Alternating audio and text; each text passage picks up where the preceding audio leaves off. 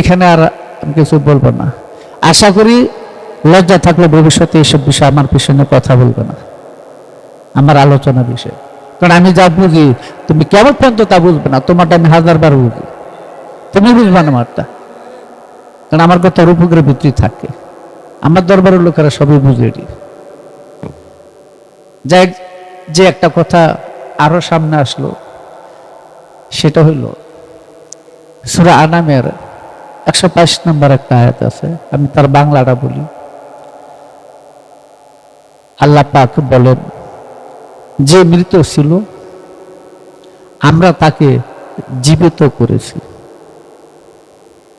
যে মৃত ছিল আমরা তাকে জীবিত করেছি। এখানে আমরা শব্দ ব্যবহার করছি এবং তার জন্য একটা নূর নির্বাচন করেছি, যার মাধ্যমে সে লোকদের মধ্যে ঘোরাফেরা করে। সে কি তার মতো যে অন্ধকারে আবৃত থাকে? সে অন্ধকার থেকে বের হইতে চায় না। আমি কাফেরদের জন্য এভাবে তাদেরকে শোভিত করেছি। এখন প্রশ্ন দাঁড়ালো, জীবিত ছিল, মৃত, তাকে জীবিত করা হলো, মৃত ছিল, মৃত জিনিসটা আর জীবিত জিনিসটাই কি? আর এখানে আমরাই বা ব্যবহার করলো কেন? কথাটা বুঝলো, মৃত ছিল, অজ্ঞানতার অন্ধকার আবৃত ছিল, পশু আত্মার স্বভাবে, নফস আম্মারার প্রভাবে সে দুনিয়ামুখী চিন্তা চেতনায়, আমিত্বের আবার বিষয় বাসনার বিষের ভিতরে সে ডুবন্ত ছিল। গুরু তাকে জ্ঞান দান করে, গুরু তাকে জ্ঞান দান করে, আসমানি জ্ঞান দান করে, কিতাবুল মাকনুন পাঠ করে, গুরু তাকে জ্ঞানের আলো দিয়া, গুরু জ্ঞানটাকে নূর বলে, সেই জ্ঞানের আলো দিয়া তাকে জীবন্ত করছে। অর্থাৎ পশু আত্মার স্বভাব থেকে তাকে জ্ঞানের আলো দিয়ে উঠাইয়া তাকে রূহে ইনসানের জগতের মধ্যে উত্তরণ করে দিয়েছে। আর রূহে ইনসানের মধ্যে যখন পড়ছে, রুহুল আযম বা রুহুল কুদ্দুস তাকে শক্তিশালী করছে। ওই মানুষটাকে বলা হয় আদম, গুরু, সারাফা, মুর্শিদ। বুঝা হয়? তাহলে তাকে জীবন্ত করলো, সেইটাই নূর, সেই নূর ধারা সে এই জগতের প্রত্যেক মানুষকে পথ দেখায়। বুঝা না? সে কি তার মতো যে অন্ধকারে আবৃত হয়ে রয়েছে, সেখান থেকে সে বের হইতে পারে না, চায় না? তাহলে বোঝা গেল অন্ধকারে যখন আবৃত হয়ে রয়েছে, এই অজ্ঞানতার অন্ধকারটাই হলো মৃত। এই জন্য রাসূল বলছেন, কাফের মৃত, মুমিন জীবিত। কাফের মৃত, মুমিন জীবিত। এই হাদিসটা মেশকাতে আছে, মেশকা শরীফে আছে, তাফসীরে জিলানীর মধ্যে আছে, গাউসে পাক বরফির আব্দুল কাদের জিলানী রাহমাতুল্লাহ তাফসীর। কথা বলছো? তাহলে কাফের মৃত, মুমিন জীবিত। যেমন আল্লাহ পাক এই নমরুদ থেকে জীবিত ইব্রাহিমকে বের করছে, নমরুদ থেকে জীবিত ইব্রাহিমকে বের করছে। কথা বলছো? ইব্রাহিম জীবিত, নমরুদ মৃত। বুঝছো? অজ্ঞানতার অন্ধকার থেকে যখন মানুষটা বের হয়ে আসে, গুরু জ্ঞানের আলো নিয়ে যখন বের হয়ে আসে, তখন আল্লাহ হইয়া যান ওই বান্দার আইনুল্লাহ। বুঝা যায় কি কইছি? কি কইছি? আইনুল্লাহ আল্লাহর চোখ, সামিউল্লাহ আল্লাহর কান, কালিমুল্লাহ আল্লাহর কালাম, নফসুল্লাহ আল্লাহর নফস। কথা বুঝছো? সেই মানুষটার দিব্য সৃষ্টি, দিব্য দৃষ্টি খুলে গেছে। সে মানুষটার সামিউন খুলে গেছে। সে মানুষটার আল্লাহ মাহুল বায়ান, কালিমুন খুলে গেছে। কথা বুঝছো? আচ্ছা, তাহলে অজ্ঞানতার অন্ধকারে যে ডুব দিয়ে রয়েছে, আমিত্বের আবরণে যে ডুব দিয়ে রয়েছে, বিষয় বাসনা মায়াজালের ভিতর মনটা জাগৃত হয়ে রয়েছে, এটাই হলো মৃত। এই মৃত ব্যক্তিকে গাউসে পাক জিন্দা করছে জ্ঞানের আলো দিয়া। এটার নাম আল আউলাই কারামাতুল হাক্কু। কেরামত বর্তমান, বাস্তব, অনুমান কল্পনার কিছু না। হ্যাঁ, গাউসে পাক কবরের চতুর্দিকে ঘুরতেন, মৃত জিন্দা হইতো, কবরটা মানব দেহ, মৃতকে জীবিত করছেন। বুঝা যায়? এই কবরটা থেকে মৃত জিন্দা করছে। প্রত্যেকটা মুর্শিদি মৃতকে, ভক্তকে, নারীত্বকে, নারীকে জিন্দা করে নিতেছে, পুরুষে পরিণত করে দিতেছে, বাস্তবে মুক্তির দেশে নিয়ে যাইতেছে। কোথায় গেলে মুক্তি মিলবে? এই তিন জমাতের বাইরে চতুর্থ দায়রার মধ্যে রূহে ইনসানের জগতে যখন চলে যাবে মানুষটা, ওইখানে যখন রূহ মানবাত্মা সেইখানে পৌঁছবে, মানবাত্মার মানব দেহে, মানব ধামে, বুঝা যায়? মানবাত্মা যখন মানব ধামে বিবর্তন ধারায় গিয়ে অধিষ্ঠিত হবে, ওইখানে নফসে মুতমাইনা পাবে। ইয়া ইউহাতুন নাফসুল মুতমাইনা, নফসে মুতমাইনা হলো শয়তান মুক্ত স্বভাব, খান্নাস মুক্ত স্বভাব, ইবলিস মুক্ত স্বভাব, নাকি? সেই স্বভাবের, পবিত্র স্বভাবের অধিকারী মানুষটা হলো স্বয়ং জান্নাত। জান্নাতে যাবে না, সে নিজে জান্নাত হয়ে গেছে। বুঝা গেছে? এইটাকে বলা হয়েছে বিনাল জুলমাতি ইলান নূর, তাকে অন্ধকার হইতে আলোর দিকে বের করে নেওয়া হইল। বুঝা গেছে? এটার নাম হলো লা ইলাহা ইল্লা আনতা সুবহানাকা ইন্নী কুনতু মিনাজ জালিমিন। এই দোয়ার বাস্তবতা এটা। এটা মাছের পেটেতে বের হয়ে গেল। বুঝা যায়? কাজী একটা জিনিস বুঝতে হবে, তোমাদের আলোচনা খালি শুনলে হবে না। আমি যে কথাটি বলি সেই কথাগুলো তোমাদের মধ্যে বাস্তবায়ন করতে হবে।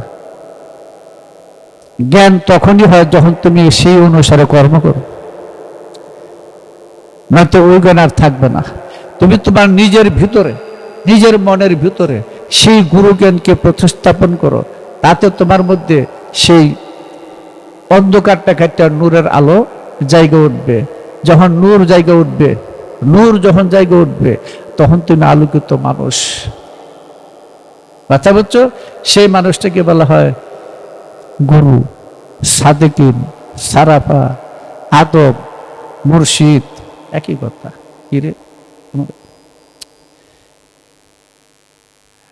কাজী তোমাদের মধ্যে এই মনের ভিতরে এই জিনিসটা তোমাদের লক্ষ্য করতে হবে, যেন আমি যে কথাগুলি বলি সেই কথাগুলো যেন তোমাদের দিলের ভিতরে থাকে। কথা বলছো? যদি তোমার গুরু জ্ঞান তোমার অন্তরে থাকে, তাহলে তুমি থাকবে চেতন। গুরু জ্ঞান যদি অন্তরে না থাকে, তুমি থাকবে অচেতন। যদি থাকো অচেতন, তাহলে পশুর কুলে জন্ম নিবে। সূরা রহমান দেখতে পারো। কথা বলছো? সেদিন তোমাকে জিজ্ঞাসা করা হবে না, দেখতে মোবাইলটা চলা নাকি, সেদিন তোমাকে তোমার পাপ সম্পর্কে, আমল সম্পর্কে জিজ্ঞাসা করা হবে না, বন্ধ করে দেবে। ঠিক আছে? যা হবে তোমার চেহারা দিকে। সূরা রহমান। বনী ইসরাইলের ৯৭-তে গেলে দেখবা সেদিন মুখ বধির হইয়া মানুষ উঠবে। সেদিন ঊর্ধ্বমুখী হইয়া, নিম্নমুখী হইয়া, হামাগুড়ি দিয়া, বুকে হামাগুড়ি দিয়া উঠবে। বুঝছে কি গেছে? তাহলে বোঝা গেল সুরত যদি বদল হয়, বাক শক্তি থাকবে না। আর বাক শক্তি যেদিন হারানো যাবে, জিব্রাইল যেদিন তোমার মুখে হাত দেবে, সেদিন তোমার বাক শক্তি থাকবে না। আর বাক শক্তি যদি না থাকে, এখন রক্ষা করতে না পারো, তাহলে ৩৯, ৩৭, ৩৩ বস্তু নিয়ে তোমার হাসর হইতে হবে। হাসরের মধ্যে যখন তোমার ৩৯ বস্তুর জাগ্রত হয়ে যাবে, তখন তুমি দেখবা তুমি মানুষ কুলে নাই, পশুর কুলে জন্ম নিয়া এই মানব দেহলে আসছো। এটার নামই জাহান্নাম। মানুষ কুলটা হারানোই জাহান্নাম। মানব সুরতটা হারানোর নামই জাহান্নামে যাওয়া না। এতে বলছে মৃত ছিলে আমরাই জীবন দেই, আমরাই মৃত্যু দেই। কোরআনে এই কথা আছে। এখানে আমরা শব্দ ব্যবহার করছেন। ওই সময় আল্লাহ তানাজ্জুলাতে খামসা, পঞ্চ জাতে পঞ্চ নূরে বিভক্ত হইয়া তিনি ১৮,০০০ জগতের ভেদ, রহস্য, সৃষ্টি, জন্ম, মৃত্যু সবকিছু পরিচালনা করে দিতেছেন। ওইখান থেকে সেখানে পাক পাঞ্জাতন সে আমরা রূপ ধরে বসে আছেন। আল্লাহ নিজেই, কথা বলছো, তিনি নিজেই কখনো তিনি বলেন তিনি রব, কখনো তিনি বলেন তিনি রহমান, কখনো তিনি বলেন আল্লাহ, ওয়াবুদু আল্লাহ হাত্তা ইয়াতিয়াকাল ইয়াকিন আছে? হ্যাঁ, তোমরা কোরআন হাফেজ। ওয়াবুদ রাব্বাকা, কথা বুঝছো? কার বন্দেগী করতে হবে, কার ইবাদত করতে হবে, কতক্ষণ পর্যন্ত? ইয়াকিন প্রতিষ্ঠিত না হওয়া পর্যন্ত। কোন ইয়াকিন? নিজের পাক জাতি মিলিত হওয়া না হওয়া পর্যন্ত তোমার বন্দেগী চলবে। তুমি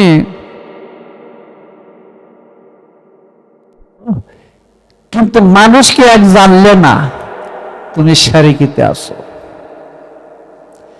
মানুষকে এক জানলে না, আল্লাহকে এক জানছো, তুমি শারিকিতে আসো, কুফরি করছো। ওই মানুষ তৌহিদে বাস করে যিনি আল্লাহর নূরের দরিয়ার ভিতরে ডুব দিয়ে রাখছেন, যিনি আইনুল্লাহ, সামিউল্লাহ, কালিমুল্লাহ, ইয়াদুল্লাহ, নফসুল্লাহ পরিণত হয়ে গেছেন, ওই ব্যক্তির সুরতটা খোদার সুরত। দেখতে যাবে কোথায়? কোথাও দেখার নাই। যে মুর্শিদকে দেখে না, যে মুর্শিদ মানে নাই, এত খোদার দিনের মধ্যেই নাই, সে তো খোদার দিন এই নাই। কথা বুঝছো? কাজী তোমাদের যেই জ্ঞান তোমাদেরকে দান করা হয়, সেই জ্ঞান তোমাদের অন্তরে ধারণ করো এবং নিজ সম্পর্কে চেতন থাকো। চেতন না থাকলে কিন্তু মহাবিপদ।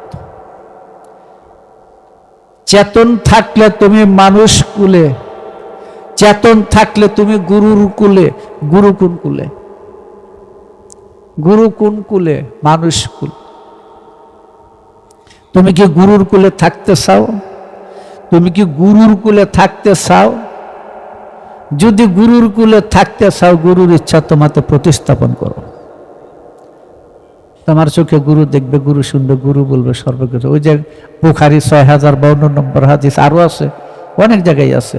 আল্লাহ বলছেন, যখন কোনো বান্দা নফল বন্দেগীর মাধ্যমে আমার নৈকট্য লাভ করে, আমি আল্লাহ নিজে ওই বান্দার হাত, পা, চোখ, নাক, মুখ সর্বাঙ্গের কর্তা হইয়া যাই। তখন ওই বান্দার মুখে কথা বলে কে? দেখে কে? শুনে কে? ধরে কে? হ্যাঁ, বলছে না ওয়ামা ইনতুকু আনিল হাওয়া? হ্যাঁ, কার কথা বলছে? মুহাম্মদের কথাই বলছে নাকি? ইন্নাল্লাহু ওয়া মালাইকাতুহু ইউসাল্লুনা আলান নবী বলছে না? মুহাম্মদের কথাই বলছে, বুঝো নাই?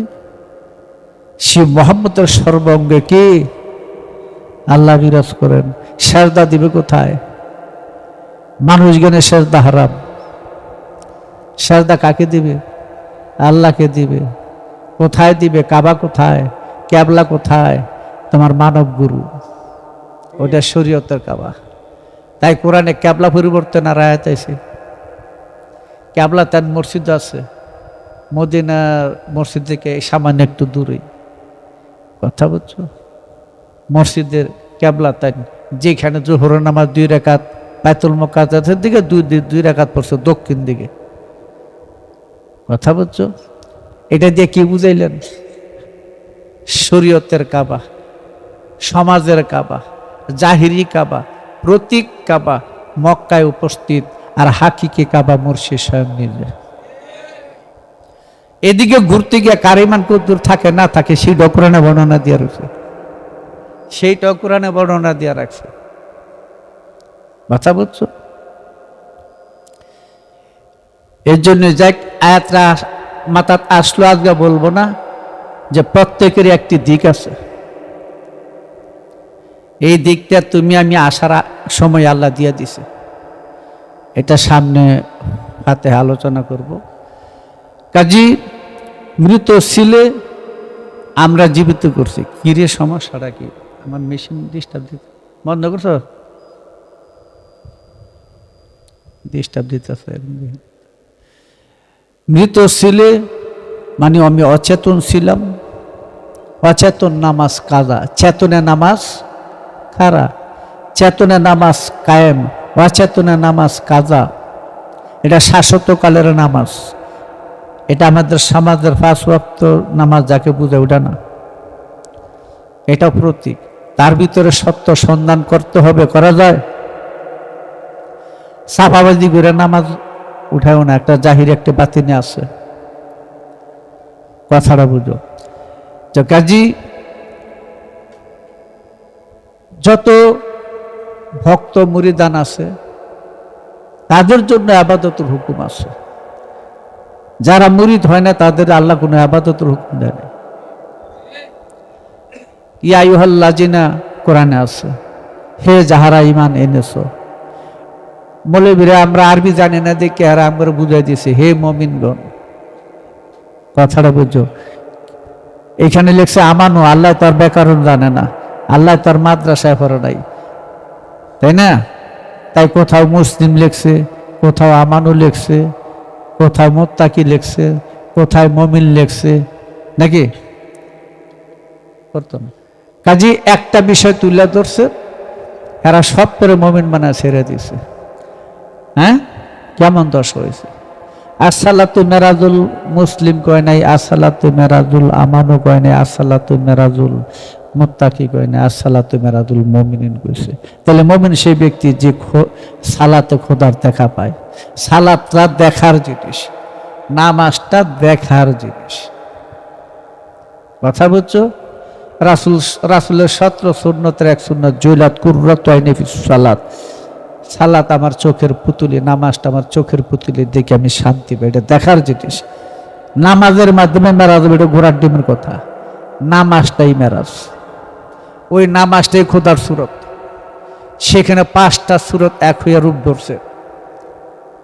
তারই প্রতীক হিসাবে জাহিরি 5 সালাত। ওই সালাত পড়ে যদি ওই সালাতে ঢুকতে না পারে তো এই সালাতে তার দশা হবে ফাওয়াইলুল লিল মুসাল্লিন, ওয়াইল দুজকে ঢুকবে। অন্তরের নামাজটা দেখান যায় না, বাহিরের নামাজটা দেখান যায়। কাজী আল্লাহ যেন ইউরাউন, এটা হলো মানুষকে দেখানোর জন্য নামাজ, লোক দেখানোর নামাজ। এই নামাজের মধ্যে বেজাল আছে, পদে পদে কুফুরিও আছে। এই নামাজে মন কারো ঠিক থাকে না, এই নামাজে লক্ষ্যস্থল ঠিক থাকে না। এই জন্য বলছে আসসালাতু দাওমি আফজালুল মিনাস সালাতুল ওয়াক্তি। টাইমি সালাত ওয়াক্তীয় সালাত থেকে উত্তম, আফজাল, ভালো। তুলনা দিলেন, কথা বোঝা যায় না? কাজী এই সালাত যে নিজ পাক জাতের সাথে মিলিত হওয়ার যে সালাত, টাইমি যে সালাত, ওই সালাত সম্পর্কে বলা হয়েছে ওই সালাতে মানুষের মধ্যে ঐক্যতার সৃষ্টি হয়। রুহে ইনসানের কোনো দিন নাই। সে রুহু ইনসানের ভিতরে যে ব্যক্তি চলে গেছে, রুহুলুল্লাহর মধ্যে যে ব্যক্তি দাখিল হয়ে গেছে, পাক মানব দেহে রুহুলুল্লাহ বাস করে। সে পাক মানব দেহে যখন রুহুলুল্লাহ বাস করে, সেই রুহুলুল্লাহর মধ্যে যখন সে প্রতিষ্ঠিত হয়ে যায়, তখন সেইখানে আর দুই বলতে কিছু থাকে না।